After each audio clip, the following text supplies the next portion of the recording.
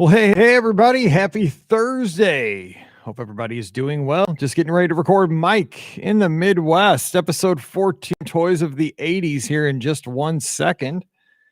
Getting everything set up here. We're going to do some feedback at the top of the show, but hope you are doing great. Checking out the raw feed here on Patreon, the video version, which isn't very exciting. It's just me sitting here in the studio, but hey, we'll record it.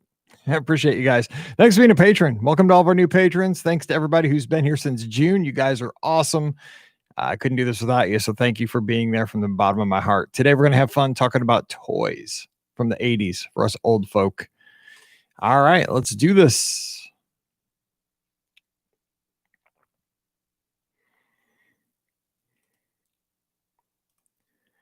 Welcome to episode 14 of Mike in the Midwest, a mini podcast for the patrons of the Be Our Guest podcast. My name is Mike Rallman. You should probably know who I am. I'm the host of the Be Our Guest podcast, and so excited to have all of our patrons here as a part of the mini show, Mike in the Midwest, where I talk about stories from growing up here in Missouri. I've spent my entire life in this state, just various parts, mostly around St. Louis. And today we are going to dive into toys from the 80s because nothing takes me back to my childhood like one, coming across a restaurant that I used to dine in way back when I was younger, but more importantly, seeing a toy that I had a connection to from my childhood. You see these toys as well right now, like at Target, there's retro lines with some of these things that have come back, like Cabbage Patch Kids. My daughter had those. We'll talk about those, or my sister had those back in the day. I'll give a story about that here in just a second. But, to seeing ads on YouTube and stuff from the 80s, I love thinking about the good old days with the toys we had in the 80s. But before we do that, I want to jump into some feedback here from Patreon over at patreon.com/Be Our Guest podcast. Of course, last week I talked about my awesome speed skating career, right? Didn't have much of a speed skating career, but it was a good time as a childhood memory where we talked about roller speed skating around the Midwest. Amy Rivers came in and said, I really enjoyed this episode. As someone who has spent most of my life on the ice, figure skating, and coaching, I understand those early morning practices.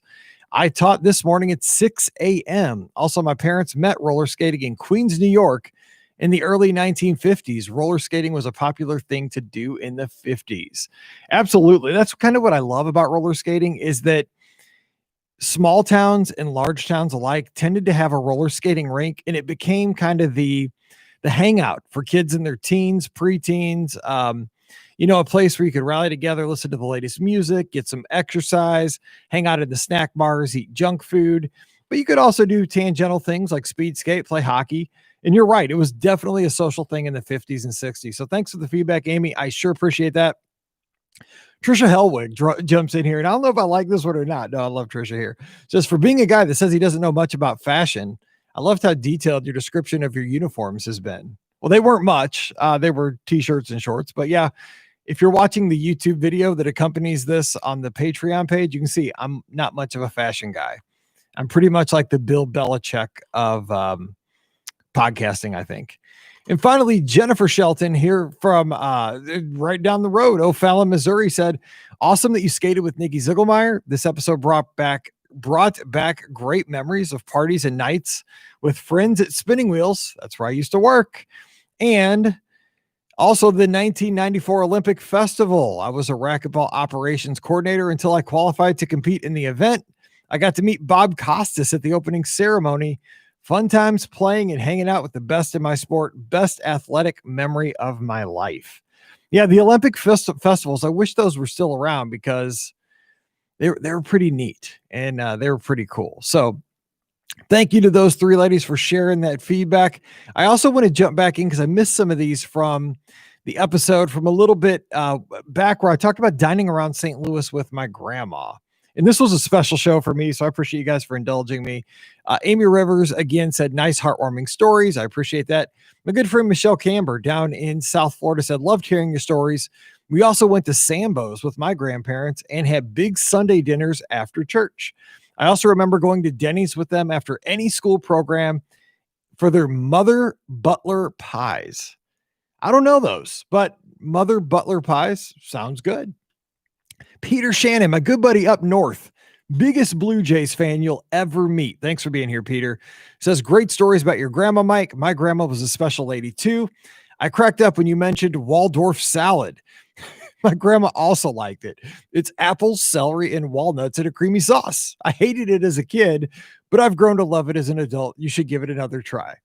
Problem is, I don't go anywhere where they have Waldorf salad anymore, but I will give it a shot for you, Peter, next time I come across some Waldorf salad. Christine Hood, thank you so much, Christine, for being a patron. I sure appreciate it. She says, love the grandma stories. My paternal grandparents always had Sunday supper promptly at 3:00. My favorite dinner memory was with my maternal grandparents. Was summers at the Jersey Shore, specifically Wildwood, New Jersey. There was a restaurant called Zabbers that was a wonderland as a kid. You definitely need to check out the old pictures online. I will do that because I'm kind of curious about. I listen to a lot of podcasts that are hosted by folks that are in Jersey and on the East Coast, and they always talk about going to the shore for the week in the summertime for vacation and talking about boardwalks and old arcades and stuff like that. So I'm definitely going to check that out, Christine. Sounds good. My good friend Kelly Mariello says, love the stories, Mike. I remember going to church on Sunday mornings with my grandparents, and then they would take us to the diner down the street. Also, my grandmom would take us to McDonald's. It was a treat for us as kids because my parents wouldn't let us eat there. I love that. That is so cool. Yes, McDonald's was such a treat as a kid. Now, not so much. Mike Cavato here in St. Louis says, can't beat the Hardee's biscuits and gravy. Went to college in Kirksville, and they had a $1.99 all-you-can-eat special on the weekends. Oh, my gosh. I can't believe they did that in a college town. I'm surprised they didn't go out of business. Thanks for being there, Mike. I sure appreciate it. My good buddy Connie Presley says, we had a Sambo's in Sacramento, California back in the day. Another favorite restaurant was Country Made. Diner food and great ice cream drinks. My dear Aunt Ruth would treat me to a Saturday morning cartoon show, followed by a cheeseburger and a root beer float. How many of us of our age, a lot of us are kind of the same age here, right? That listen to the show. Some are younger, but how many of us miss that joy of a Saturday morning, getting up, knowing you don't have anything you have to do, grab a bowl of cereal, watch those Saturday morning cartoons. I used to love watching like the ones that were based on arcade games, like the Pac-Man cartoon. You had the Get Along Gang, Scooby-Doo, of course, Bugs Bunny. God, life was so good back then. Didn't have much to worry about. Trisha Helwig says, my grandparents took us to two special places. The first was the Chinese buffet because they had the best onion rings, and the other was the boat. It was a casino on a giant paddle boat with a buffet. When myself and my younger brother walked into that buffet, we lowered the average age of the room by at least 2 decades. You know what? I do that all the time, and I'm 47. I eat at places where the older folks go because they have the good food at the cheap prices. And we had a boat here too. We do that. It was called the Alton Bell. Chris Hughes, thank you so much for being a patron. Love having you here. Says, loved hearing the stories and the shout out to Ashland, Kentucky. I remember riding in my grandfather's old Cadillac to Bob Evans after church, or grabbing homemade ice cream or homemade cream-filled donut holes from a gas station in town called Junior Mart, where they sold those and homemade potato candy. I have no idea what homemade potato candy is, but that's why I love this show. The Midwest is different in a lot of ways, and I need to explore outside this area for some cool stuff. Megan Brower, one of our great supporters. You'll catch her over on the Discord, and remind me to plug that at the end because it's a great conversation. She was just asking for the link to the Discord, so we got her taken care of. Heather Brown, thanks for being here, Heather. This was a great episode. My mom would give me $20 to treat my Nan to lunch at St. Hubert's in Ottawa, Ontario, Canada. That was a lot of money in the early 1980s. I would offer to pay, but Nan would pay and tell me to keep the 20 from my mom, and then we'd go shopping at Caroling Wood Mall. Keep these great stories coming. You know what? That's something that my grandpa did all the time. He'd give me gas money all the time, just kind of slip me a $5 bill, $10 bill here and there. You got to keep that going on as a parent, right? You know, Paige's at college. If you can slide her $20, you know, it means a lot. I think that's what we do. And that's so cool, Heather, to have that story. So I appreciate that feedback. If you have feedback about this show, just drop it here in the Patreon and we'll get it to the podcast feed here. And I appreciate it. Now, real quick on the Discord, so don't forget it. Go to Patreon, find the link for the Discord. If you don't have it, send me an email or just drop me a message at patreon.com/beourguestpodcast. You're already a patron. Just drop by the page, send me a private message, and I'll send you the link because the Discord it's just for our patrons. And we have great conversations and we have a big announcement about the podcast that you're going to hear first on Discord. So make sure you are connected there. But let's get into today's topic, toys of the 80s. So what I did today was I Googled the top 100 toys of the 1980s, and I'm just going to go through, not 100 of them. I'm going to hit the ones that I have stories about, probably about 10 of them, 5 to 10, and just share some things that I remember from these popular toys of the 80s. Just a trip down memory lane here today, and we'll talk about it. So the first one that popped up, number one in the slot, was Cabbage Patch Kids.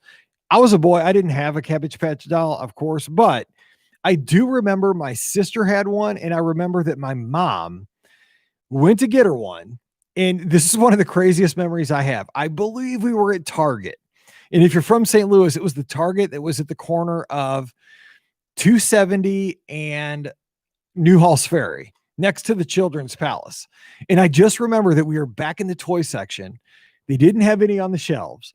But I do remember there was like all these moms, like all congregated, and the guy had to go into the back and he brought out like 12 boxes or 12 dolls in these yellow boxes, and ladies were fighting all over each other. It was craziness.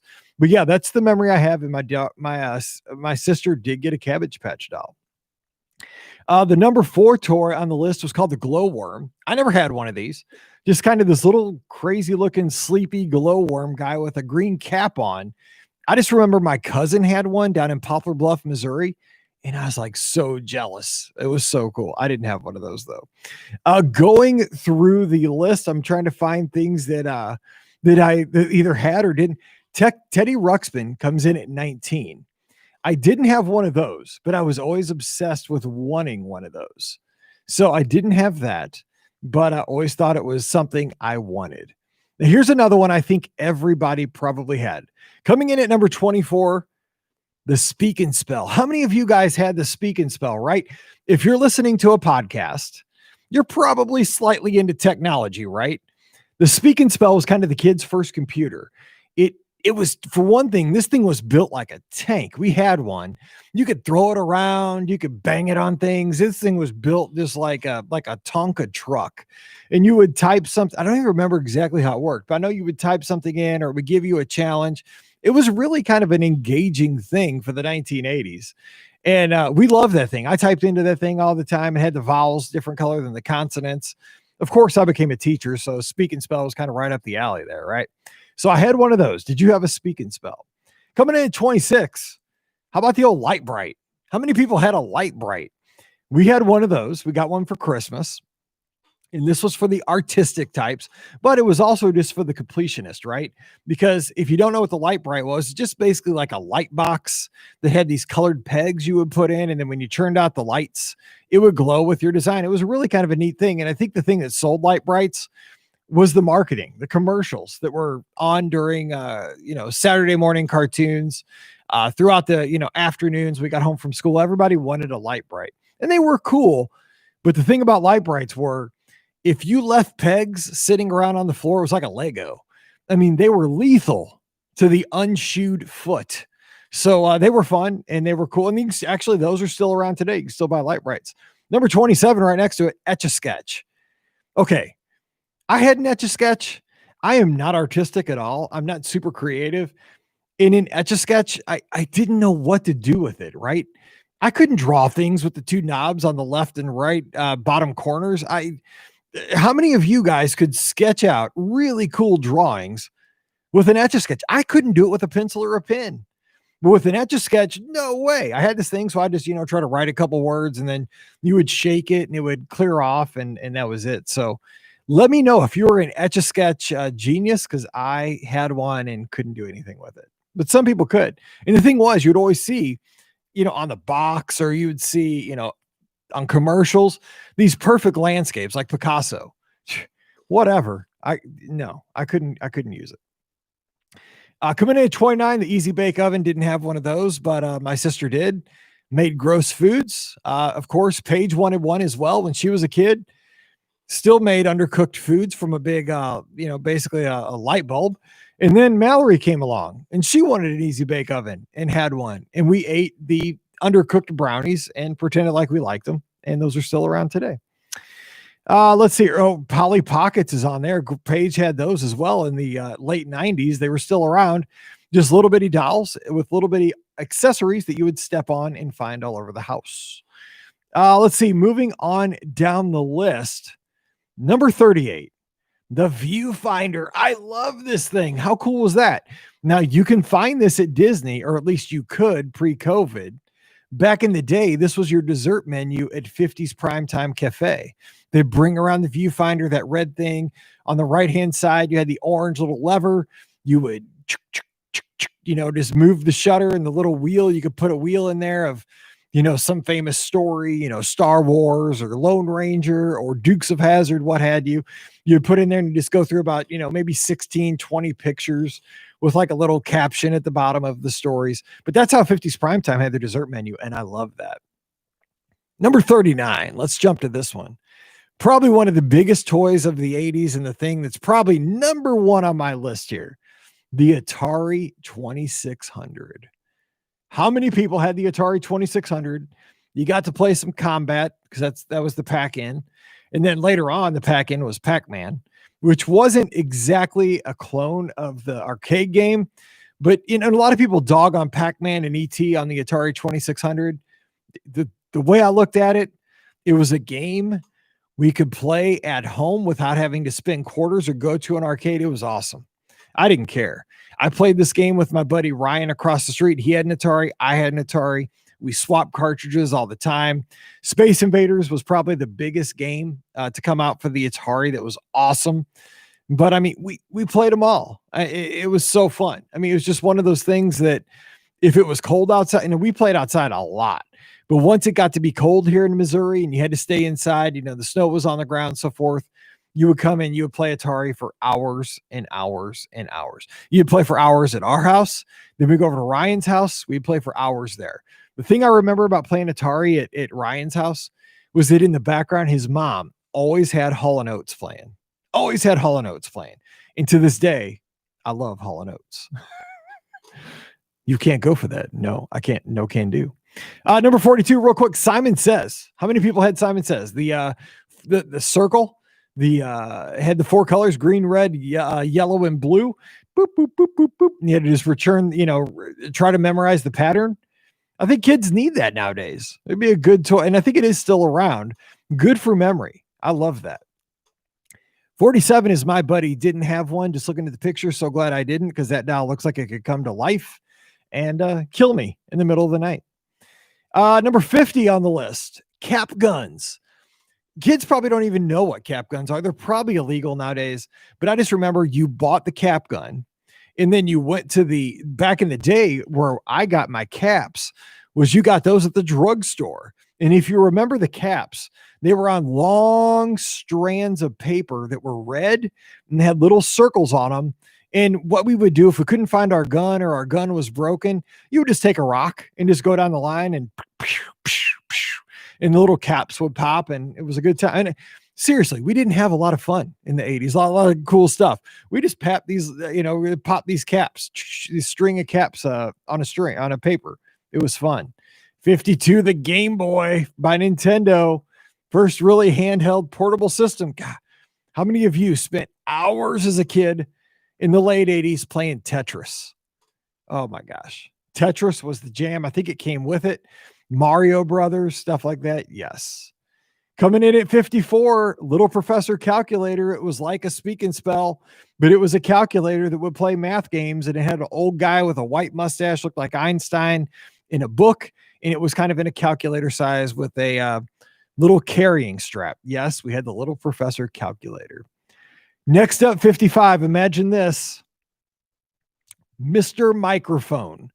I had that, of course. Yes, Mr. Microphone. You go around, it would tune into an FM, unused FM station.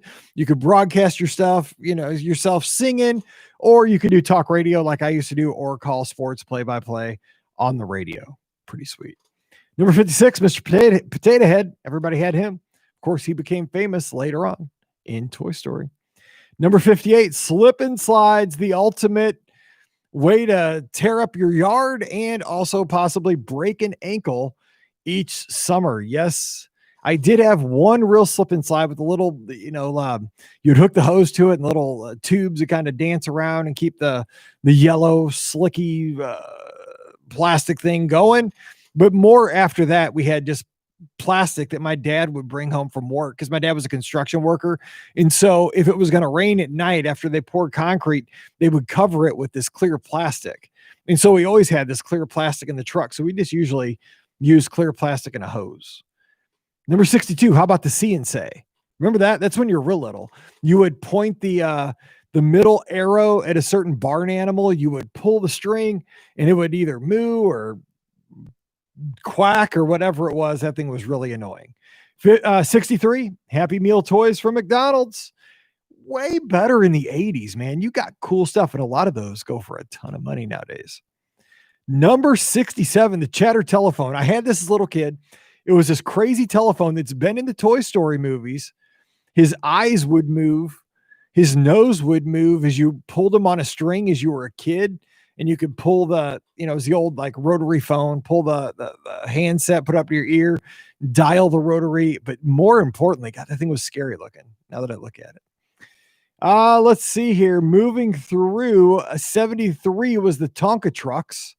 Those were always fun. They were built awesome. You couldn't really break them. Actually, the more they got scratched up and the more they got dented, the better they were. So Tonka trucks out in the dirt, that was always fun.